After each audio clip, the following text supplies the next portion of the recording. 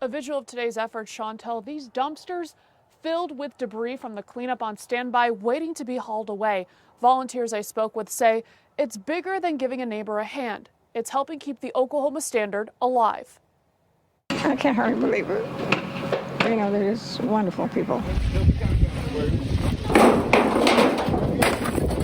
It was a busy weekend for volunteers, sharing their time and tools to help an 89-year-old neighbor clean up what was left of her home after a tornado destroyed it last November. All the grandchildren, all the great-grandchildren have been raised in this house, so just seeing everything gone, it was really, really tough. The idea started with volunteer Corey Driver, who spotted the address on a recent city council meeting agenda. One of the items on the agenda was to discuss the disposition of a dilapidated structure at this address. I knew that if the city council was talking about it at this point, that was like a year ago.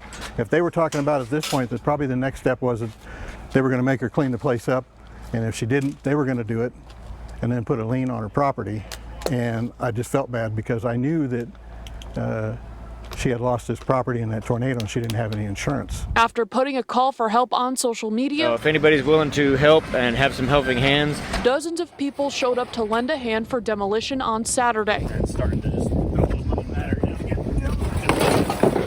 and raised their hands to clean up what was left Sunday, saving Holland thousands of dollars. I just felt like if I was in that situation, it would be nice if somebody just came and helped because they knew it was the right thing to do. People of all ages hauling wood,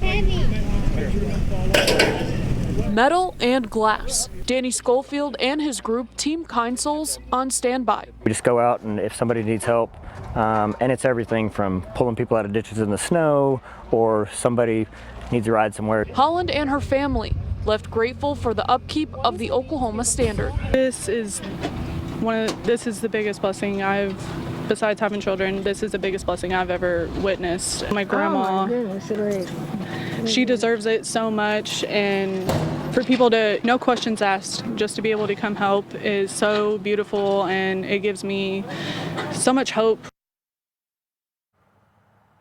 Volunteers hope that sharing this story will inspire at least one person to do one kind thing for someone else. The family tells me the dream is to rebuild on this land, but the reality is starting to look like they will sell, in hopes of it getting in the hands of another family who will enjoy their time here as much as they did. As for Connie, she is doing okay. She's starting her next chapter in an apartment miles away from here. Reporting in Choctaw, Olivia Hickey, KOCO 5 News.